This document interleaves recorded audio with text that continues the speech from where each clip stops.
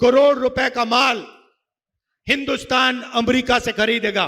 तो आप सोचिए, हमारी छोटी जो फैक्ट्रियां हैं, मिडिल साइज की जो फैक्ट्रियां हैं, जो आर्थिक रीढ़ की हड्डी होती है, वो क्या करेंगे? अगर अमेरिका का माल सुनामी जैसे हिंदुस्तान में आएगा तो हमारी सारी की सारी छोटी और मिड साइज फैक्ट्रियां बंद हो जाएंगी। तो यह चौथा काम नरेंद्र मोदी ने कहा।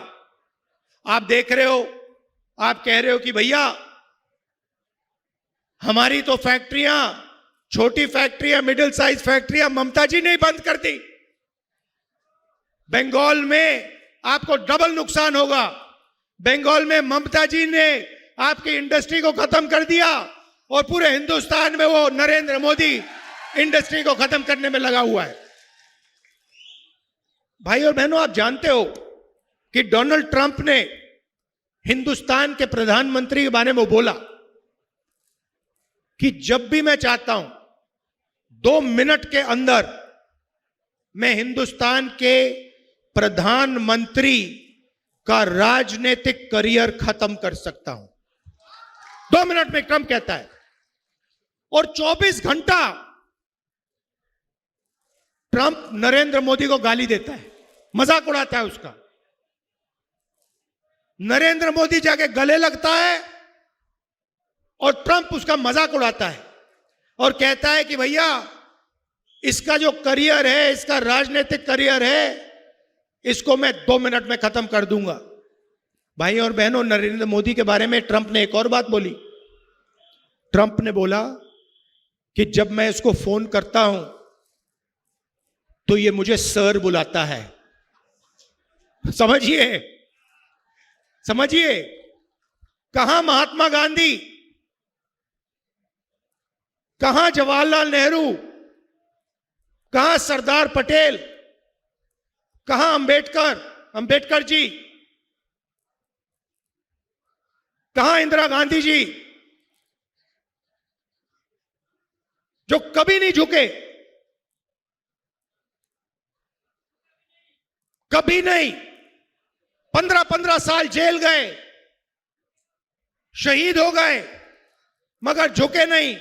और कहां आज का प्रधानमंत्री जो अमेरिका के राष्ट्रपति को सलूट मार के सर बोलता है। यह देश की सच्चाई है। और फिर 24 घंटा ये नफरत फैलाते हैं, एक धर्म को दूसरे धर्म से लड़ाते हैं, हिंदू को मुसलमान से, क्रिश्चियन को सिख से, एक जात को दूसरी जात से। मणिपुर को जला दिया, बंगाल में इलेक्शन चोरी करने की कोशिश करते हैं, मध्य प्रदेश में चोरी किया, महाराष्ट्र में चोरी किया, हरियाणा में चोरी किया। ये ऐसे इलेक्शन नहीं जीतते हैं भाई और बहनों। ये चोरी करके, वोट काट कर, कांग्रेस पार्टी विपक्ष के वोट काट कर ही चुनाव जीतते हैं। यह सच्चाई है देश की। दूसरी तरफ उनको मौका कौन दे रहा है? बंगाल में बीजेपी को मौका कौन दे रहा है? तृणमूल कांग्रेस दे रही है।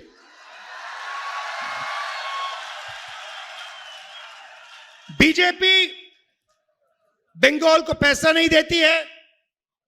2 लाख करोड़ रुपए बीजेपी ने बंगाल को नहीं दिए। मनरेगा का पैसा काट दिया।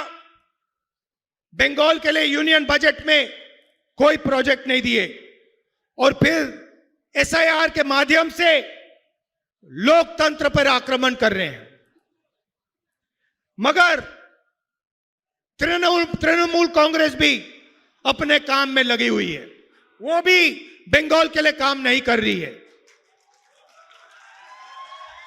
अगर नरेंद्र मोदी जी भ्रष्ट हैं, मैंने अदानी जी की बात की, तो तृणमूल कांग्रेस भी भ्रष्टाचार की रेस में कम नहीं है। भाइयों और बहनों, Sharada chit fund scam, 17 lakh investors का पैसा 1900 करोड़ रुपए उनको वापस नहीं दिया। Rose Valley chit fund scam, 31 lakh investors का पैसा लिया, 6,600 करोड़ रुपए अभी तक वापस नहीं दिए। Coal smuggling scam, illegal mining, transport, गुंडा टैक्स कलेक्शन होता है यहां पे ट्रांसपोर्टर्स और परचेजर्स से, और यहां पे बंगाल की जनता का फायदा नहीं होता है। यहां पे सिर्फ तृणमूल कांग्रेस का जो सिंडिकेट है उसको ये 24 घंटा पैसा देते रहते हैं, हिंसा फैलाते हैं, मारपीट करते हैं और झूठे वायदे। तृणमूल कांग्रेस ने 2021 में बंगाल से वायदा किया था, मुझे याद है, 5 लाख लोगों को रोजगार देंगे, ये उनका वायदा था। कितने लोगों को रोजगार दिया? कितनी कंपनियां बंद हुई? कितने मैन्युफैक्चरिंग यूनिट बंद हुए? और अभी 84 लाख युवाओं ने अनएम्प्लॉयमेंट अलाउंस के लिए अप्लाई किया है। ममता जी कहती हैं 5 लाख युवाओं को मैं रोजगार दूंगी, और 84 लाख युवाओं ने अनएम्प्लॉयमेंट अलाउंस मांगा है। मजाक हो रहा है बंगाल के साथ। बंगाल पहले इंडस्ट्रियल हब हुआ करता था, इंडस्ट्रियल सेंटर होता था। कम्युनिस्ट ने और उसके बाद ममता जी ने बंगाल की पूरी इंडस्ट्री को खत्म कर दिया, नष्ट कर दिया। और अगर हम हिंसा की बात करें, महिलाओं की बात करें, तो RG Kar rape and murder case की भी बात करनी होगी। भाइयों और बहनों, बंगाल में कोई अकाउंटेबिलिटी नहीं है। जो भी टीएमसी के लोग करना चाहते हैं, टीएमसी के गुंडे करना चाहते हैं, वो कर सकते हैं। कांग्रेस के नेताओं को मारते हैं, हिंसा करते हैं। तपन कुंडू यहां हमारा आईएनसी का लीडर था, उसका मर्डर कर दिया। और दोनों बीजेपी और टीएमसी हिंसा का प्रयोग करते हैं। कांग्रेस पार्टी हिंसा के खिलाफ है। हम नफरत नहीं फैलाते हैं। हम एक धर्म को दूसरे धर्म से, जात को दूसरी जात से, एक भाषा को दूसरी भाषा से कभी नहीं लड़ाते हैं। हम जोड़ने का काम करते हैं, क्योंकि हम जानते हैं सत्य और अहिंसा से के रास्ते से ही देश आगे बढ़ेगा। भाइयों और बहनों, चुनाव में हमने बंगाल को मैनिफेस्टो में वायदे किए।